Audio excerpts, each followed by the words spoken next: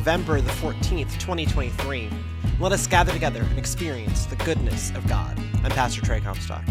We'll begin with our scripture of the week, Matthew chapter 25, verses 1 through 13, the piece by me entitled, Pastor Trey's 100% accurate and reliable end times prediction. Then, I'll be joined by Pastor Emily Larson to talk scripture and how to prepare your church for the end times. But first, a reading from Matthew chapter 25, verses 1 through 13. Then the kingdom of heaven will be like this. 10 bridesmaids took their lamps and went to meet the bridegroom. 5 of them were foolish, and 5 were wise. When the foolish took their lamps, they took no oil with them, but the wise took flasks of oil with their lamps. As the bridegroom delayed, all of them became drowsy and slept. But at midnight there was a shout, "Look, here is the bridegroom! Come out to meet him!" Then all the bridesmaids got up and trimmed their lamps. The foolish said to the wise, "Give us some of your oil, for our lamps are going out."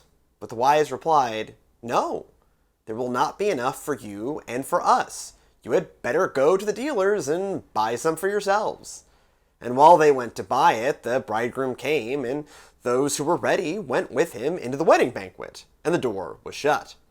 Later, the other bridesmaids came also, saying, "Lord, Lord, open to us." But he replied, "Truly I tell you, I do not know you. Keep awake, therefore, for you know neither the day nor the hour." In our weekly Bible study, we've started going through a series that I wrote about Revelation. I entitled it, "Sure Looks Like the End Times," and wrote it in summer and fall of 2020. The flippant title comes out of how some of the conversations around the pandemic showed a deep lack of spiritual understanding. I heard a lot of, "Surely this is a sign of the end," as if the way to be ready for the end of days is to watch for like a Houstonian in hurricane season.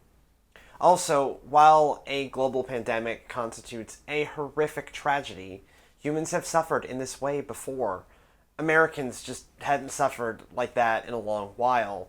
The Black Death in the Middle Ages elicited similar Christian responses, and that pandemic could wipe out the majority of the populations that it hit, in an era where humans had no concept of how these things happened.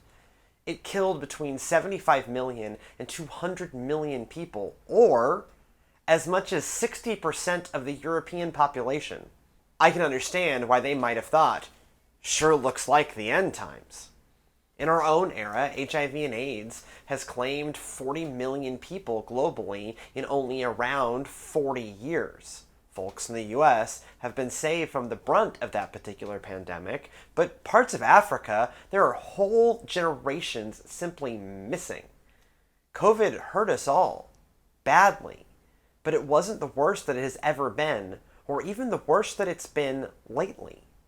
Yet, the apocalyptic talk around COVID falls in line with how Christ's return gets talked about generally.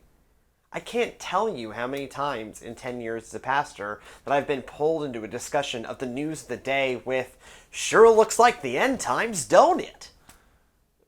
Pastors predicting the end of days, because clearly the current level of suffering and licentiousness in the world is the worst that it's ever been, is an entire cottage industry that's been going on for centuries. If you want to grow a following and make money doing it, you can simply declare that you know the end. It helps if you have a specific date. Does modern society contain corruption, moral, sexual, and otherwise? Yes. However, one should research the Greco-Roman sexual mores that upset Paul so badly if you want to feel better about our own times. We suffer from a never-ending historical recency bias. I got roped into reading a 15-year-old book about biblical codes. It made a huge deal about how they could randomly rearrange things just in the right way and make Saddam Hussein's name show up. I haven't thought about that guy in years. He had a moment for like 2 decades, but his significance faded. He was a blip, not a being of cosmic significance. It starts to feel like we want to prepare for the end by rooting for it and desiring to sit at the apex of history. for the godly to be rewarded and for the sinners to burn? Certainly, the parable of the wise and foolish bridesmaids recommends alertness. As it says in verse 13, "Keep awake, therefore, for you know neither the day nor the hour." The foolishness of the foolish bridesmaids stems from not having everything totally in order. They seem to expect that they will have time at the crucial moment to get their ducks in a row. Instead, only those who did their prep work get into the banquet. We see this time and time again in the overall biblical picture of the end times. They will come, but they will come unexpectedly. You won't have time when the moment arrives to get things in order. So, one must live expectantly and always prepared. I just can't believe that alertness means watching and hoping to see signs of the end. All of the bridesmaids keep the same watch. They sleep. They hear the same announcement. The recommendation for preparation seems unrelated to a sense of watching. To me, this takes on the character of the two ways that students deal with pop quizzes. One way is to get deep into the logic and mindset of the teacher to calculate the normal periodicity of pop quizzes and to measure how long it has been since the last one. Through that alchemical process, you discern how likely a pop quiz will arise on any given day and do your work accordingly. Alternatively, you could just do the work consistently and always be ready.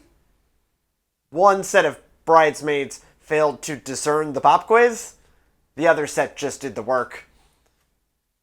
Do we think that if we watch diligently for the first hints of the end times, we can cram in what we need to do? Alternatively, does rooting for the end to come align with the picture that Christ and the New Testament paint for Christian living? Clearly, I don't think so. The parable of the wise and foolish bridesmaids speak to the fact that we should always be living as if the end is at hand. And to me, I see in that instruction a call to discipleship, not apocalyptic meteorology. Christians shouldn't be cramming in their loving study and praying when it becomes clear that the great pop quiz at the end of time has arrived. We should be like the wise bridesmaids and consistently living our lives in a way as worthy of Christ as possible. Essentially, when the end comes, we shouldn't have to alter our behavior in any way. We prepare by digging deep into how God wants us to live. We did our homework. The most prepared students don't fear the pop quiz or the exam. It shouldn't matter if the end comes next Tuesday or thousands of years in the future. Our way of life, in light of God's love, God's grace, God's call, and God's return, should be the same. My 100% accurate end times prediction is that I don't care in the slightest when it might be. As you heard in the piece, we're into Matthew's apocalyptic period. That's part of this is Matthew 25 is and we're actually doing a little behind the scenes here. We're doing 3 weeks on Matthew 25. So we're going to do basically the whole chapter. And so this week we did verses 1 through 14. Next week is 14 through 30, and then 30. Anyways, the sheep and the goats, which is where we're going to land on this after Thanksgiving. So that our minds have turned to the end times is some ways that this is just we are following the part of the lectionary, part of the kind of traditional schedule of texts that that lingers in Matthew 25 as this wonderful reminder, perhaps, that the Bible does talk about the end. Like the end is on the mind of a lot of the authors and on the mind of Christ. But also, It makes sense that, okay, so in the lectionary calendar, though, it does make sense that we're in the end times because next up comes Advent, and that's actually when your lectionary calendar starts over again Well, in the actually, Christian year. this doesn't mean we're going to do 4 weeks in a row on the end times, because the first Sunday in Advent is always an apocalyptic text, as the like transition of, in some ways the Advent is the beginning of the apocalypse, right? Yes. And so you always, so like often, often you don't just end the year here in the apocalypse. You often begin the Christian year with an apocalypse. The fact that Jesus is coming is the beginning of the end times. Yep. The second coming becomes, yes. So Yeah. it starts that conversation rolling. It starts Absolutely. the conversation rolling. And so we're going to talk a lot about the end. And so in the piece, and I did this, in both the piece and the sermon, there is this sense of what do we do in light of the end, right? Because this is about, at some point, there will be a heavenly banquet that you can go to if you so choose. And what does choosing look like? And I have grown, I didn't grow up with this. Emily, you and I were talking before the show. Like, neither of us grew up in this world of, hey, the end is nigh. I grew up in a United Methodist church where I don't think we didn't talk about it. At all. Certainly did not talk about it. I remember having like a few weeks on it, maybe with a really cool Sunday school teachers that I had at the time, but like overall or like from the pulpit, we just didn't really talk about it much. It was not a thing that or if we talked about it, I wasn't paying attention, and that was not the message that I got out of it. Well, I don't remember any of that. Being like whispered rumors that like one of our pastors didn't believe that Revelation was like authoritative as scripture. And I don't know why this mattered, and I don't know why I remember this, other than this may have been my first main exposure to Revelation, other than I think, when you memorized the books of the Bible, you included it. And so in some ways, like at least in my raising, we seeded the whole conversation around an end to what broadly gets described as dispensationalists. So this is not in your vocab. Good. So dispensationalist Christianity, strongly linked kind of in our century to this guy, Hal Lindsey, who wrote The Late Great Planet Earth and other apocalyptic texts. And I had his Wikipedia article open because some of these titles are a knockout. My favorite may be, where is it? The 1980s, Countdown to Armageddon. And so Hal Lindsey is, and he just ended up on the New York Times bestsellers list with some frequency, with his great titles: Satan Alive and Well on Planet Earth, The Late Great Planet Earth. Apparently it's a songbook. The Guilt Trip, How to Prepare for Armageddon. Oh dear. It's a lot. Combat Faith, Israel in the Last Days, The Rise of Babylon and the Persian Gulf Crisis, A Special Report, The Final Battle, All right. Stealing the Mind of America, Apocalypse Code, Planet Earth, the Final Chapter. I mean, you see why those titles made the New York Times bestsellers list, though, because, man, those are some catchy titles. Facing Millennium Midnight, which, written in 1999, so presumably this is now Millennium Midnight. Right. This is, the Y2K scare, right? So his kind of frame for all of these, to the extent that I have not read all of these, I have read about all of these. Wonderfully informed discussion. So why Hal Lindsey is on my mind and why he ends up kind of the the antagonist on the other side of this piece is we're sitting in Bible study in Sure Looks Like the End Times, a study of Revelation for the modern world. And one of our members of our congregation was like, yeah, before I, my connection to Revelation was Hal Lindsey. My ear perked up. It's like, this is a name I knew, but not one that I really thought about. Again, did not grow up in this version of Christianity. And so I grew up on the other side of this, the other unhealthy version where we don't talk about it at all.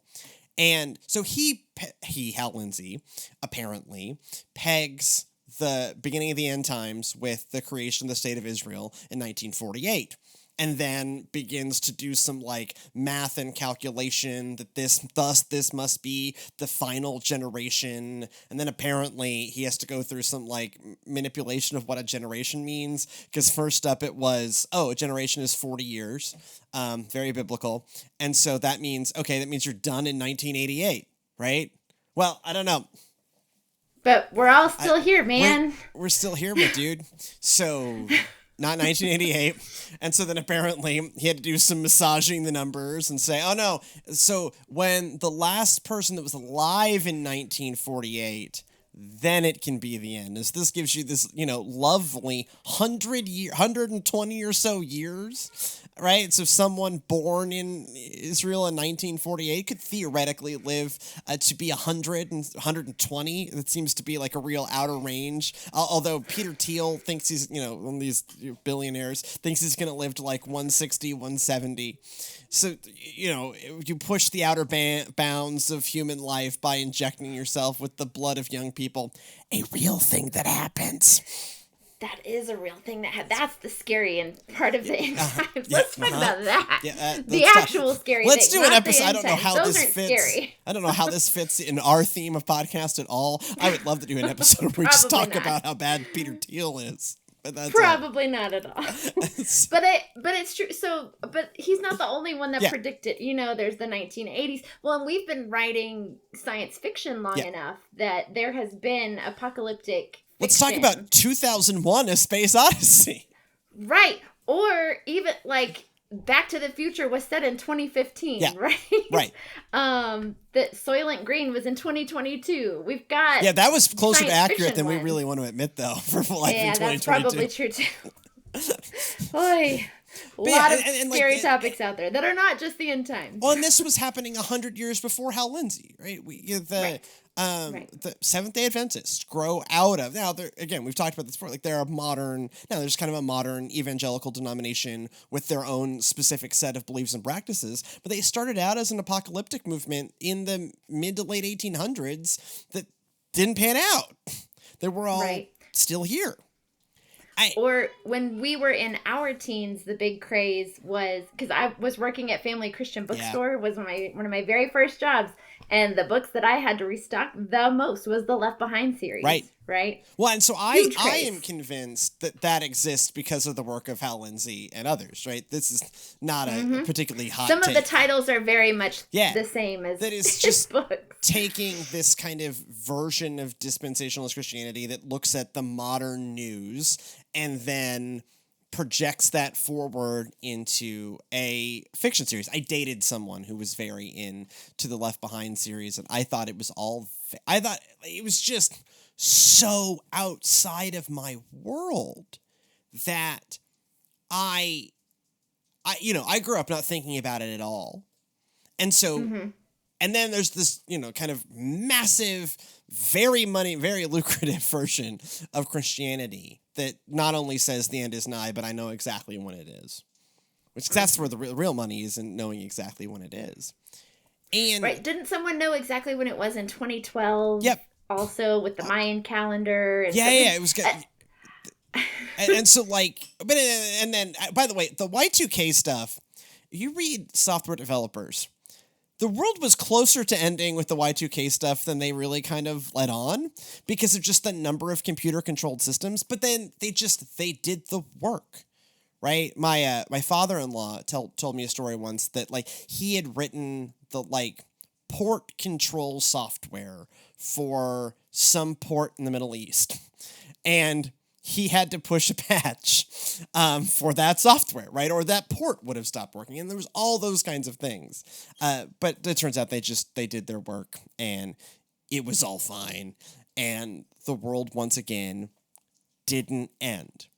That we're remarkably resilient as a species, and I hit on this in the piece, but we just suffer from this recency bias of we really just want to look at the world and think a couple of things. One is that we sit at the apex of history, that it cannot get any worse than it's getting right now. This is how, there's all these Bible codes. For those audio listeners, I'm doing sneer quotes, Bible codes that bring up Saddam Hussein. That somehow Saddam Hussein is some sort of particularly evil, cosmic level evil. And no, he's just the boring, ordinary kind of evil. He's just is he evil? Was he evil? I have no idea. I don't know the dude. Let's assume, yeah. Killed a lot of people. But he didn't even kill people on the scale of the people who were killing people a generation before him. Right?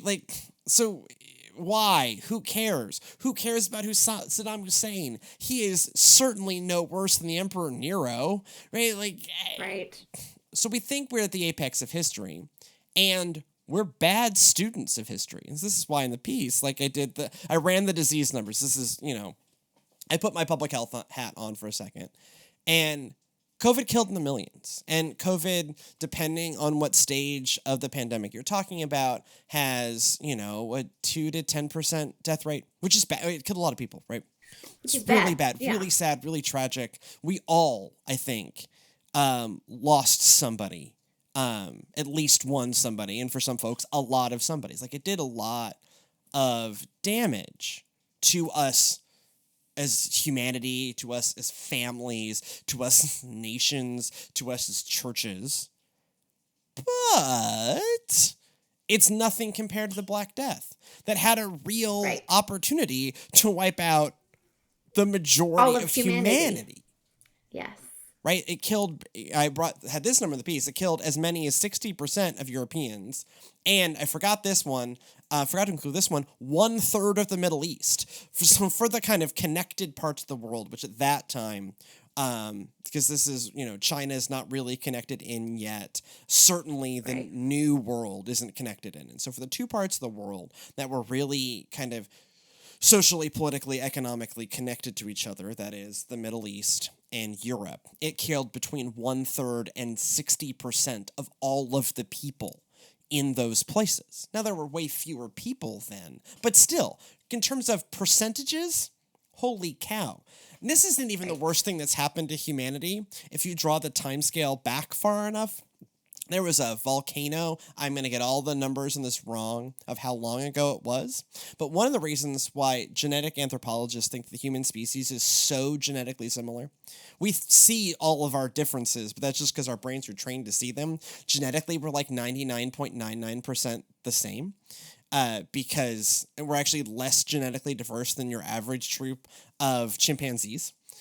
It's wild, right? We're just, we're playing and we fight wars over this. We fight wars over the color of our skin. But again, you are, to you, 99.999%. For me, one of the least melanated humans on the planet, the genetic difference between me and one of the most melanated people, it's 0.01% of our DNA, right?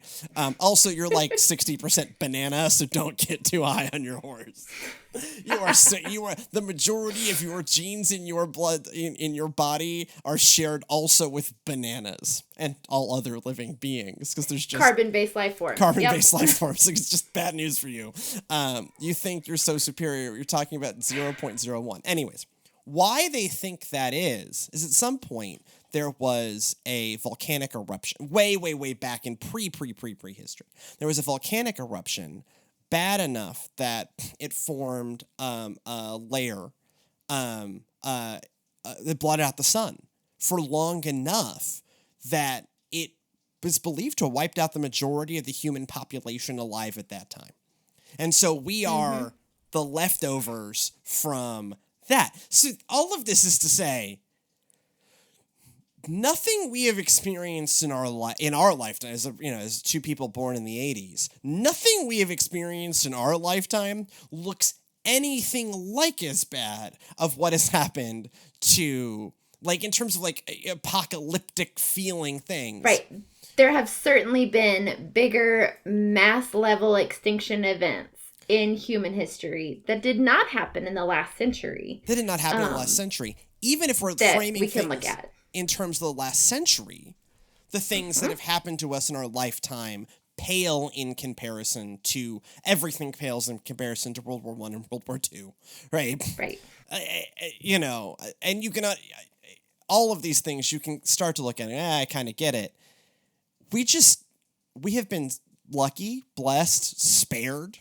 And so when something bad, but not cosmically bad, happens, we're primed with this kind of dispensationalist theology to go, I see it. Yes, that it must be it. the end times. This must sure looks like the end times. And I don't think that's what being aware of the end times is meant to be. Like, I can't think that's what Jesus would want us to be doing. And for those who like to read into the signs and the symptoms and the beasts and the numbers and the scrolls and all of those things, I think we kind of missed the point of today's parable. Yeah. The point of today's parable was not don't sleep, right? So the part that I love in the parable that we sometimes skip over is, the parable of the virgins. It's not that they didn't rest, they didn't sleep. All of them slept. Right. The prepared ones and the not prepared ones all slept. Mm-hmm. The difference was some were prepared and some were not when the bridegroom came. It wasn't about, hey, by the way, the bridegroom might be delayed, so be prepared, but go about your life along the way, right? Yeah. Take time to rest along the way. Just be prepared. Not, right. Because again, like, this is not, there are parables, I know, not this one, where, like, the person falls asleep and it's bad and the person stays awake and it's good. But that's not this one. They all That's sleep. not this one. The one is the foolish bridesmaids didn't bring extra oil, right? Okay, so right. I did this in the sermon. So torch logistics. Okay, so these are like Indiana Jones type torches. So imagine like stick, cloth, oil, set on fire. Okay, so then it burns. The oil doesn't burn your hand, and you have a torch. Okay, it's good so far.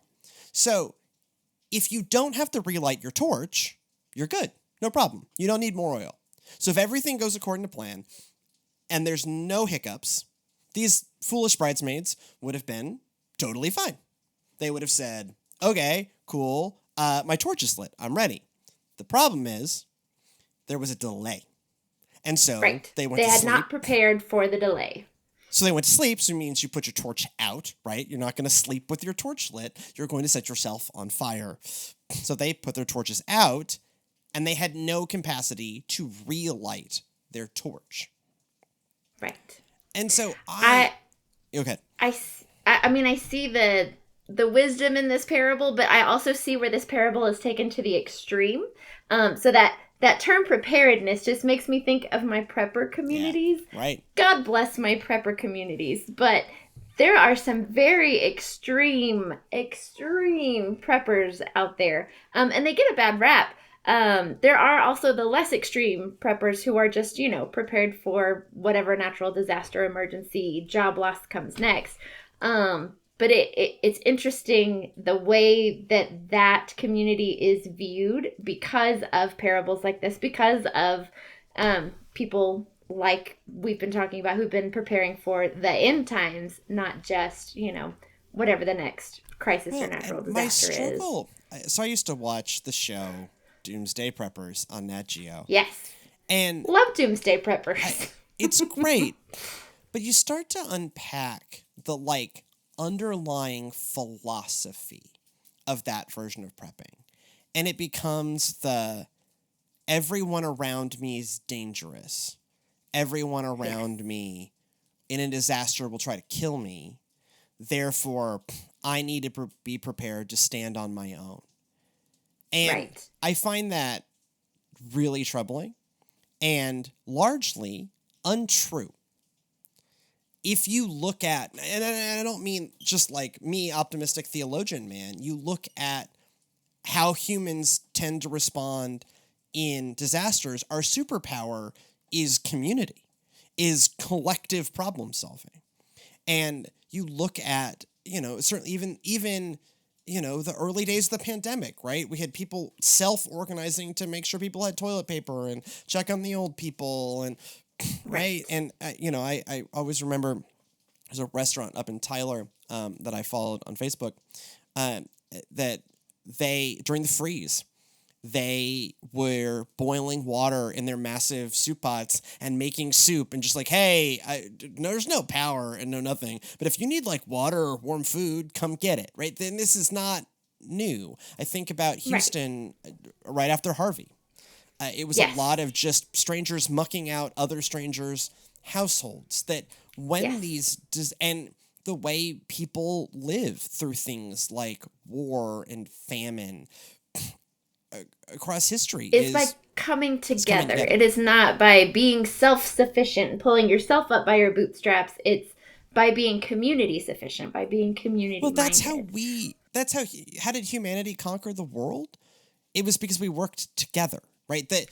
Like we talk about civilization. What is civilization? Civilization is a tool set by which we can all work together. That we're not all going to be equally good at everything. The hunter is not the farmer, is not the gatherer, is not the healer, is not the religious person. Right? Like we have but that they can all come together to form a community. And exactly. But when you get the opposite side of that, when you get this self-sufficient mindset of I have to look out for me, that's how you get, Sharmageddon, where people are hoarding toilet paper during a pandemic. That has nothing to do with toilet paper. Also, by the way, COVID had nothing to do with toilet paper. You're right. So it's nothing to do with the human GI tract.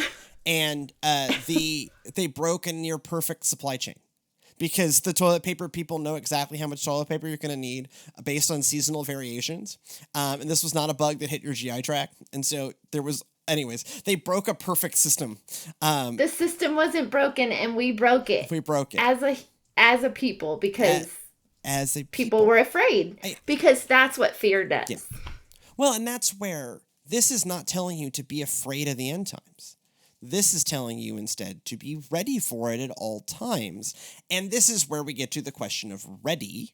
And the tack I have taken with this is ready means like actually do your discipleship, actually be a disciple. Yeah.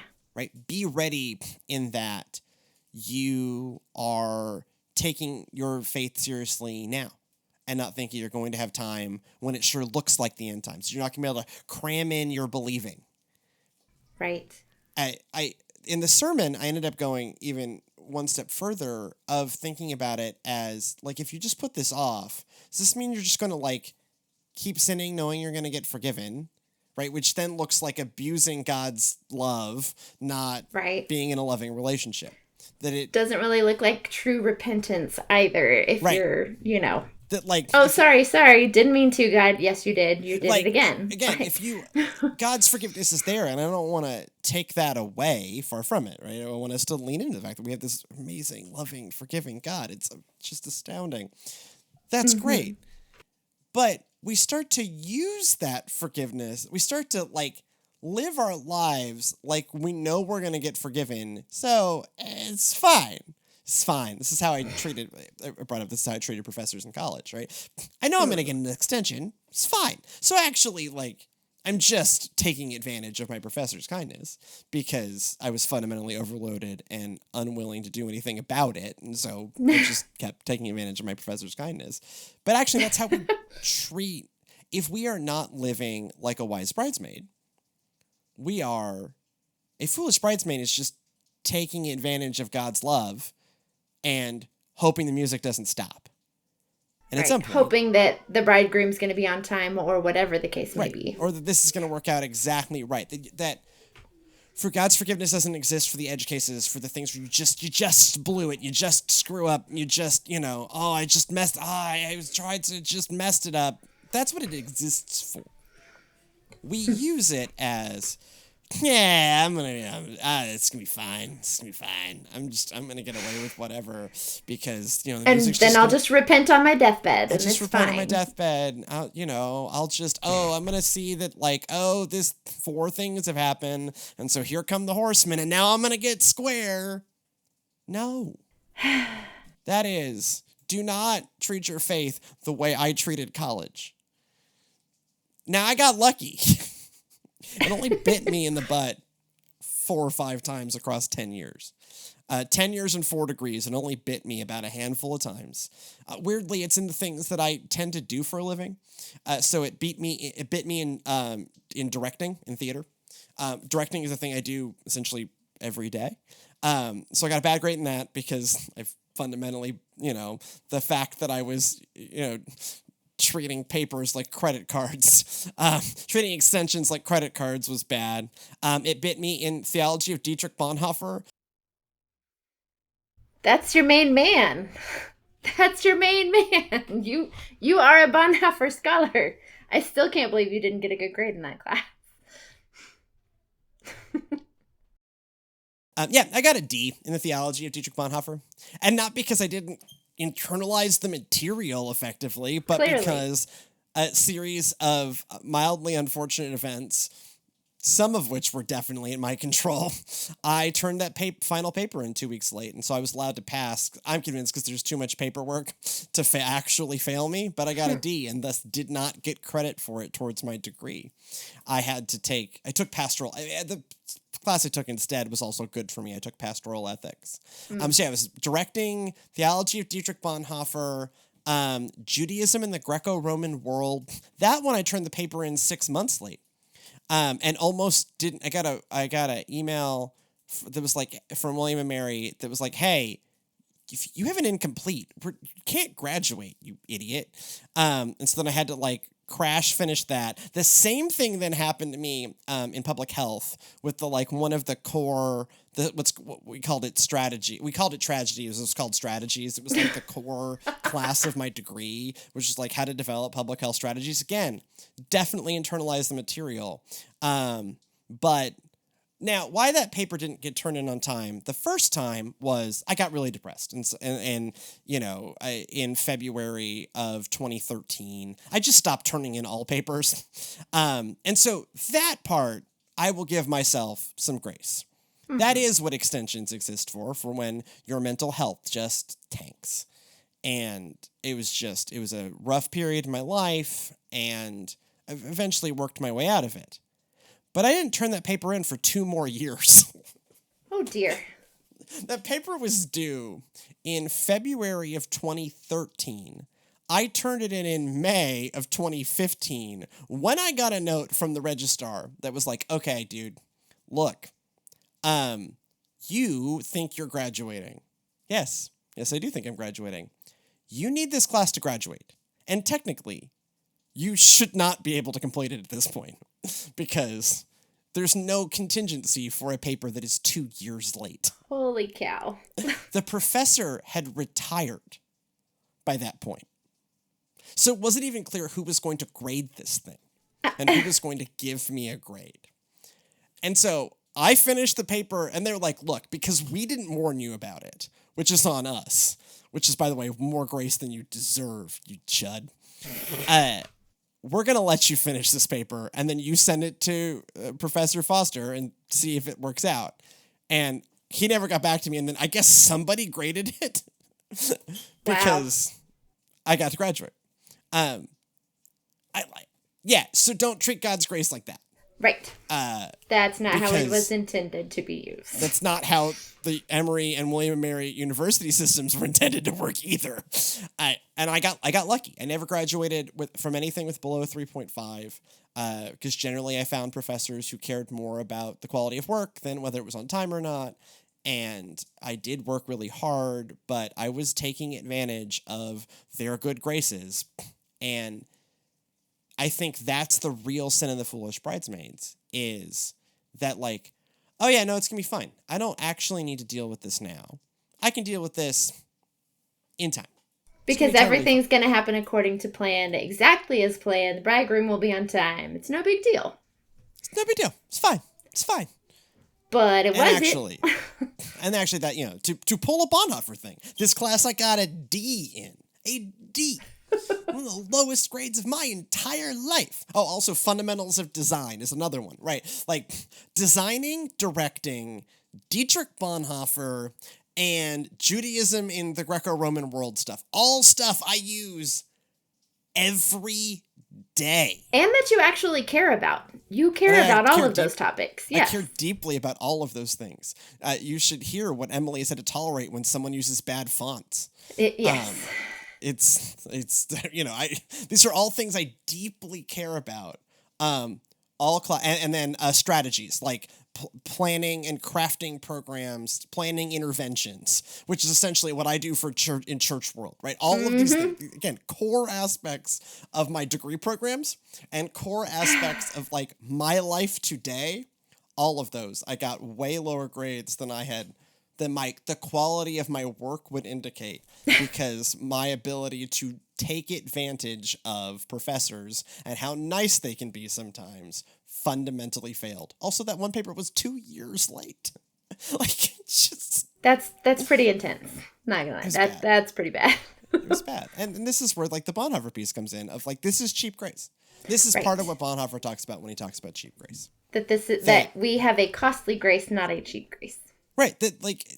That's to treat God's grace like that is to ignore the fact of what it took to get you that grace. Right. Yeah, that grace is freely available to you. Absolutely. Like, we don't want to turn this into works righteousness or scary God or anything. Right. And instead, let's talk about how are we treating God and treating this gift. Right. This is, you can imagine every parent's worst nightmare is not having, to me, it was not having a gift for my kid at Christmas. It is, I've worked really hard to scrimp and save for a thing, and then my kid opens it and hates it. Right. That's the thing that really hurts. Right. Yeah. Like, it hurts a little bit. It would hurt to go to your kid like, hey, we're just not going to have presents this year but I still love you.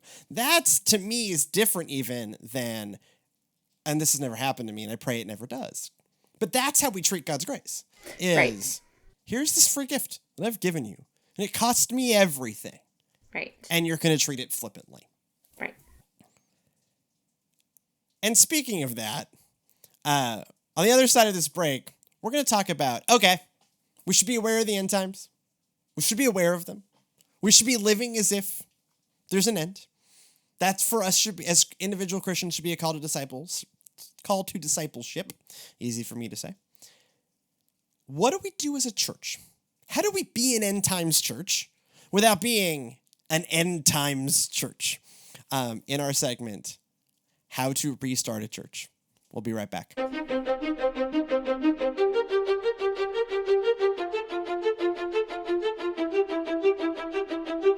And we're back for a segment that we call How to Restart a Church that, admittedly, this one's a little more abstract than some of the ones we've done. But it is this, let's be realistic about what Scripture seems to be telling us. And to me, that is, you do actually need to care about there's an end. But there's a healthy way to care about that, and there is an unhealthy way to care about that. And I feel like in the Christian milieu that you and I both grew up in, there were no healthy options available to us. There was let's treat the end times like Bruno and not talk about it. Or we are, sticking our finger in the air and trying to, play with the line I used in the piece, apocalyptic meteorology, right? When will the end times come? When will the end times come? Or the other extreme of making fun of the people who were talking about the end times. Because it's even become just like a joke in pop culture about the guy on the street corner with the cardboard sign, the end is near. And, there are healthy ways to look at this, but we've almost trivialized it to the point of it's either become a joke or it's become way too serious. But there is a level in between, I think. And it is being some of it is, being comfortable with it ourselves of, hey, there are these apocalyptic writings in the Bible, and to ignore them is to ignore the canon as given to us. And we all pick and choose within the canon. How many churches are spending a lot of time with the book of Chronicles? How many? That answer, shockingly low. Probably not a lot. Nah, it's a lot. Kind of like Lamentations. It's not one you spend a lot of time in. Lamentations at least has more theological meat than Chronicles does. Chronicles is a lot of lists. It's a lot of lists. And if you're in that list, it's probably cool that you're on that list, but at some point, it's listicles from 3,000 years ago, and it's really hard to connect with. How many churches are reading all of Leviticus? We read some of Leviticus. We get weirdly into parts of Leviticus sometimes, occasionally, but we're not. So again, we all pick and choose within the canon. The problem is there's a lot of end time stuff in the canon. And in the Gospels. I mean, we are in Matthew, right? We are in the Gospels. We are in the part that people like to focus on in the canon. And there are still apocalyptic writings that sometimes get glanced over. Or we talk about them as if they're not about the apocalypse, right? We'll do this is more true of Matthew 25, the later part of Matthew 25, the sheep and the goats. This is phrased as the end. This is the end. This is the grand sorting at the end of history. And we talk about it's like, oh, we should definitely care about poor people. Yeah. Okay, cool. Okay. But stay with me, friends. Stay with me. It is of cosmic significance, the degree to which you care about poor people. This is framed as the final judgment. This is the big picture end. This is a big deal, friends. Pay attention to this one. Pay attention to this one. This is a big deal, right? This is also some of the last that Jesus gets to talk directly to his disciples before everything gets real tortury and deathy, right? Like this is, So, like, I guess part of my pitch is we got to talk about it. We need to become comfortable in ourselves that there is an end. And that end is also pitched as God's final victory.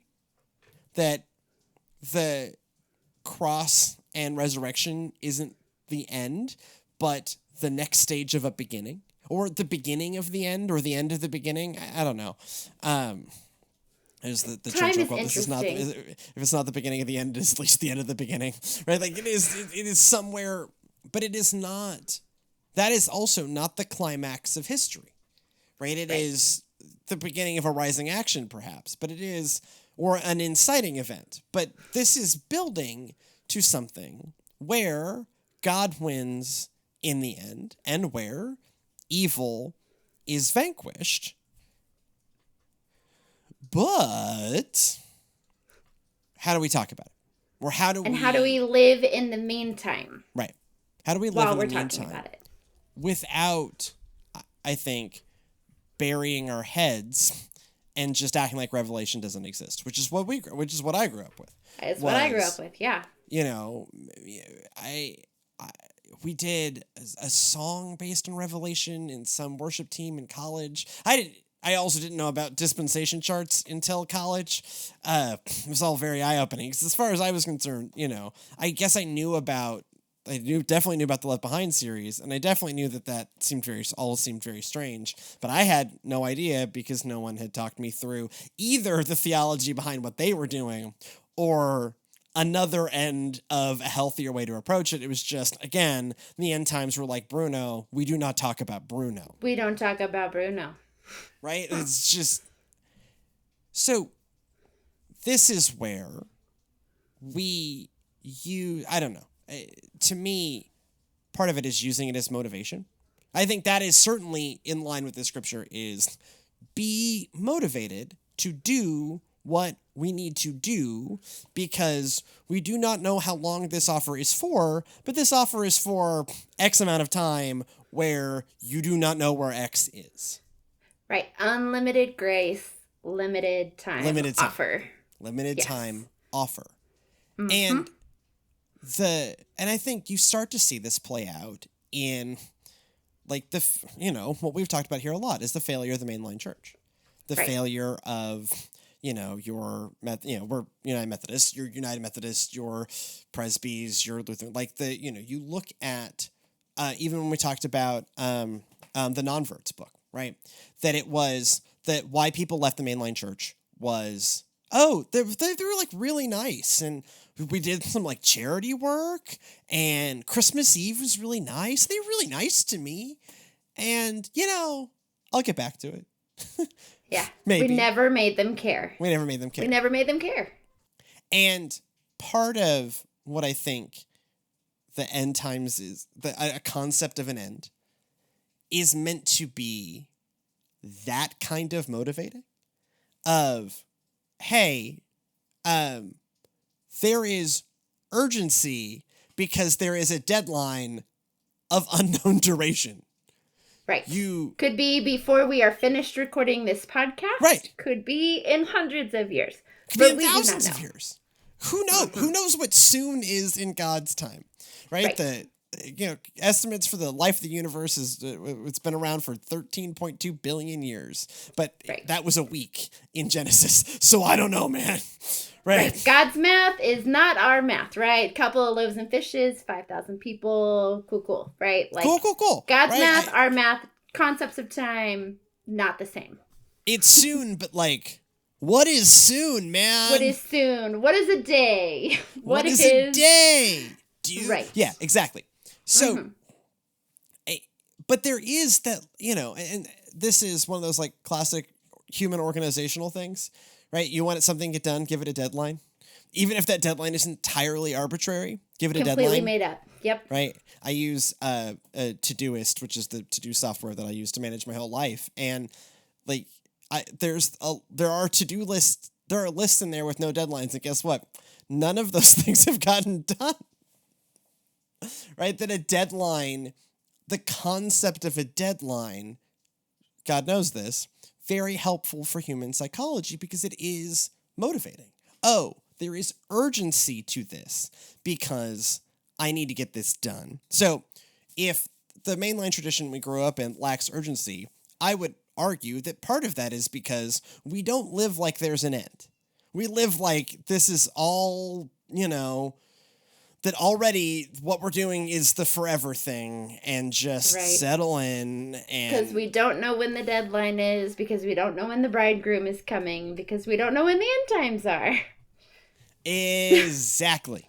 And then the other side of this is the dispensationalist is like, no, it's coming in 1988. Right. And so we don't need to worry about making the world a better, because one of the dark sides of that is, so we don't need to worry about making the world a better place because the world's going to explode in 40 years. Right. Tomorrow. Who needs to care about global climate change or, fixing pollution or whatever, because the world's going to explode tomorrow. Or why build barns or buy milk or get married or whatever? Right. It's just going to all end tomorrow. Yeah, because don't bother getting. So Paul has to, at some point over the course of his work, he has to think through his own apocalyptic theology, and his big one is so probably get married. And and so that's probably okay, and probably don't quit your job. Don't quit your job. Still sow your fields. Still harvest your grain. Do the things you need to do. Do the things you need to do to provide for yourself and your community. Right. Because this is both going to be soon and a long time, and both. Right. So it is both and. Care about the world that is, because this is part of how God calls us to live. And since we don't know where the end is, we cannot just write off this life, this world, this plane of existence. But the deadline's coming. The end's coming. The end is coming, so give yourself a deadline.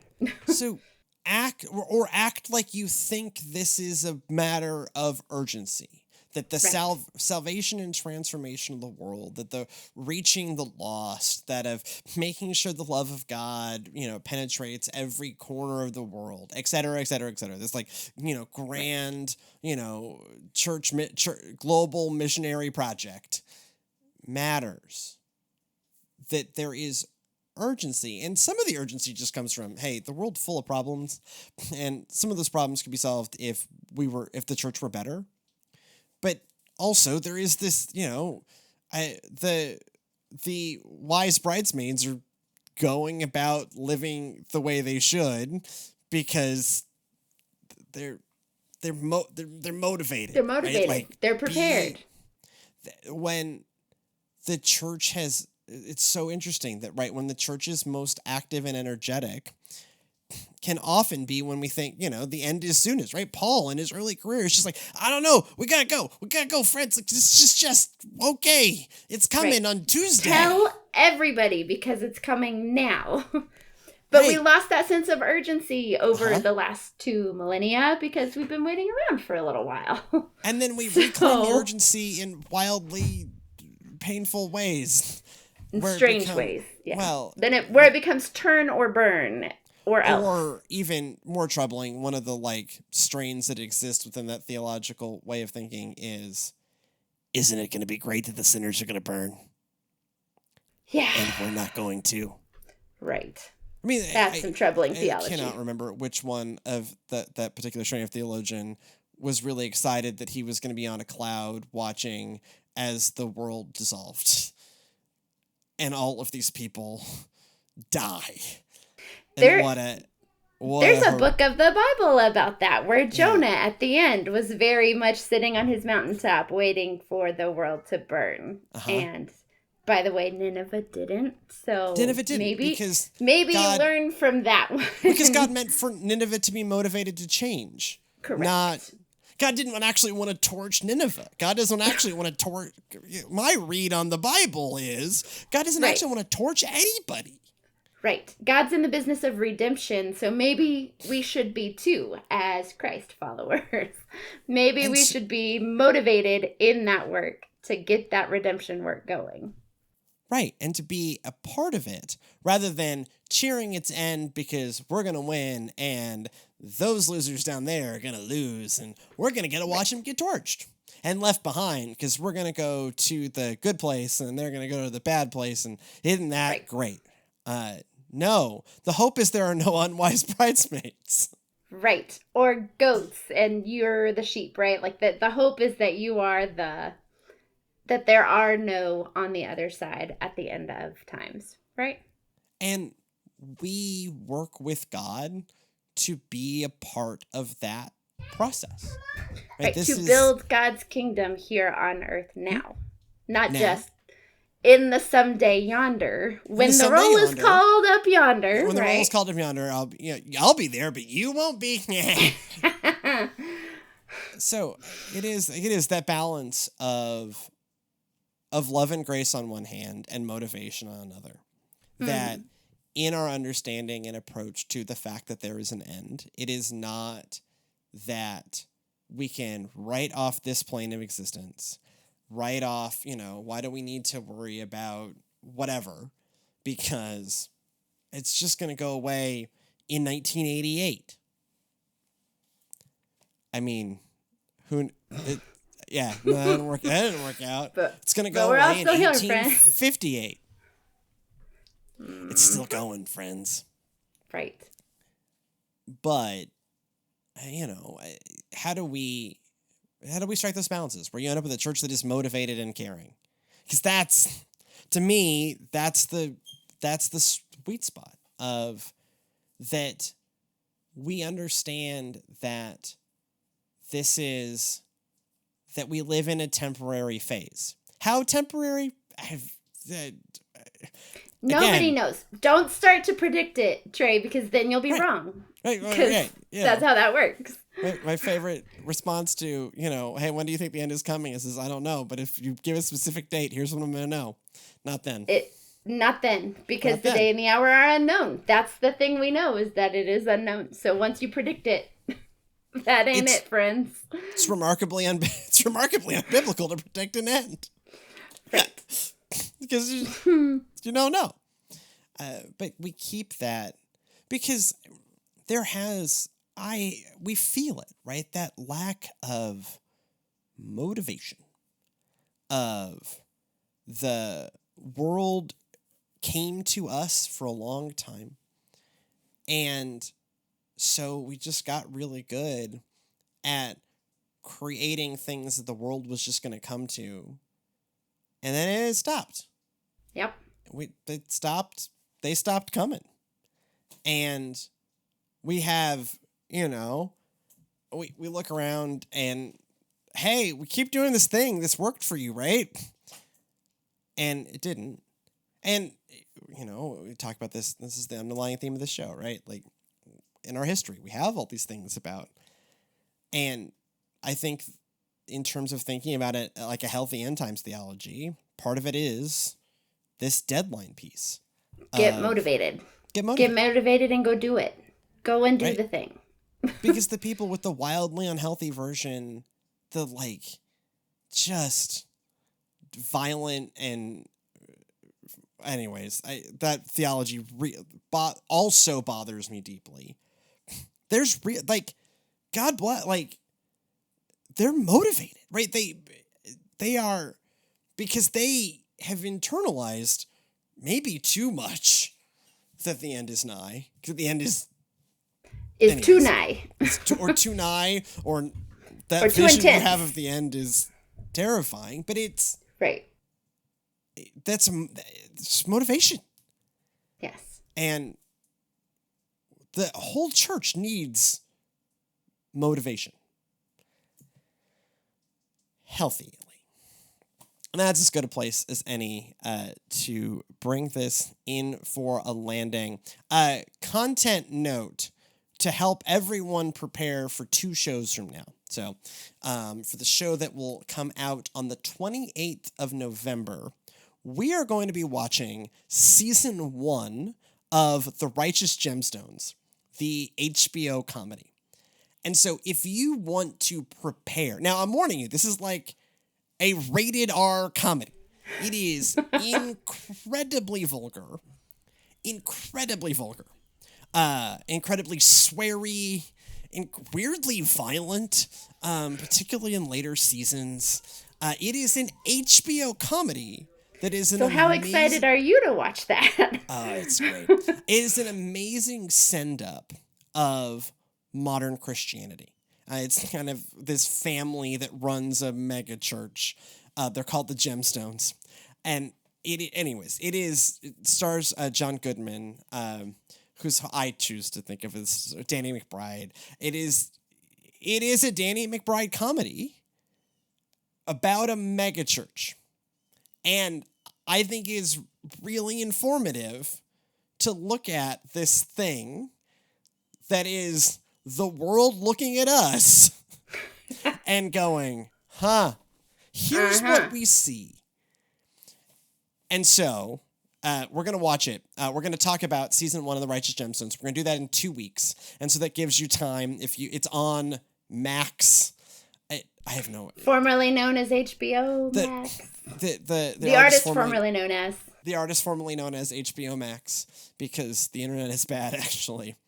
So if you are up for watching a rated R comedy, or rated TV MA, it's very MA, about modern Christianity from an outsider's perspective, not an insider's perspective. We're going to talk about it in 2 weeks on our How to Restart a Church segment. So 2 things. We will not swear on that show. We will, if you want a clean version of, and so you don't have to watch it, cool. That's what the discussion will be. But if you want to really engage with that conversation, you have 2 weeks in which to watch season 1 of The Righteous Gemstones. If you have feedback for this show and maybe our choice of content, or even I would love to hear from folks about what was your experience of conversations around the end times. when you were growing up. I am really, especially as we're doing like a bunch of weeks that are going to touch on what the coming, the final coming of God's kingdom looks like. I would love to hear those thoughts. You can email us at thegoodnessofgodpod@gmail.com. That is thegoodnessofgodpod@gmail.com.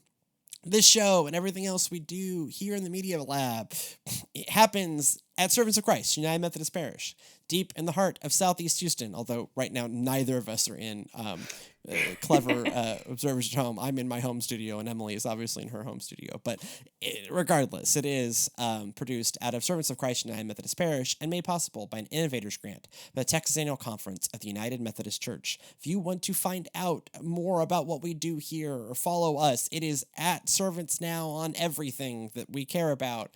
YouTube, Facebook, the internet, TikTok, Instagram, many things. There's going to be more TikTok content very soon. Yes. And we will be doing this show again 1 week from now, where we will be joined by our friends from Grace Church, the people of the Second Chance, where Emily and I used to serve, and they are doing some amazingly innovative ministry. And so they'll be joining with us next week. But in the meantime, go in peace to love and serve the Lord. And we will indeed see you next week.